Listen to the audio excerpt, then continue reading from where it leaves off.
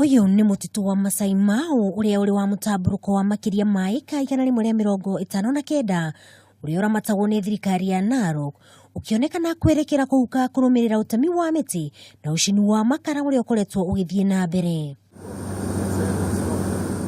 Uthukangia uyu niguo guciririe birigiceni iria ikoretwo igithie na mbere kwa ihinda ria ciumia 2 hituku, itongoretio ni muikariri giti wa ruhonge rwa KFS Peter Kenyua na director wa ihinda Monica Kalenda unyitanĩri na maabithaa a mũtitũ aria kwa ihinda ria ciumia 2 hituku maikirie ngono kĩhĩri kĩa andũ aria mahobanĩirie magĩtema mĩtĩ mũtitũ-inĩ ũyũ.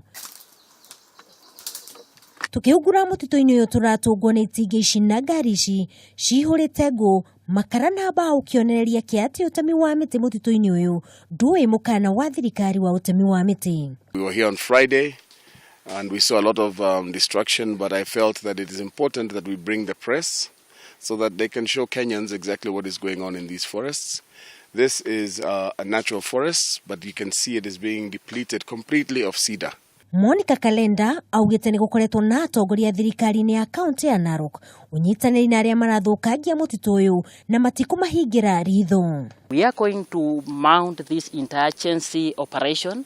Kenya Forest Service is going to send in more than 100 rangers. We are also getting support from the county government. We are getting support from Kenya Wildlife Services.